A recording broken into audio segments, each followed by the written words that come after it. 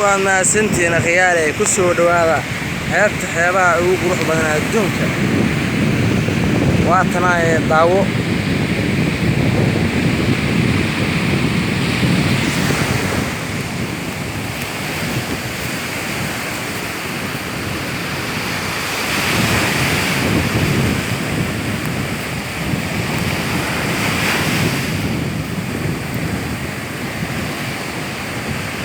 waad aragtaa say u qurux badan tahay iyo bilicdeeda الله حتى نقف عنا بالحيس هي طاوشو هذا ما لهيد وعنكو ريحبيني معلومات في أكفر لهيد الله يا إن كان خياري ورهذا كيشان وقروح هذا يبلع الله يقتل سبسكرايب في الشارع إذا تهيئ إلا ويننا وعدكم ما سنتين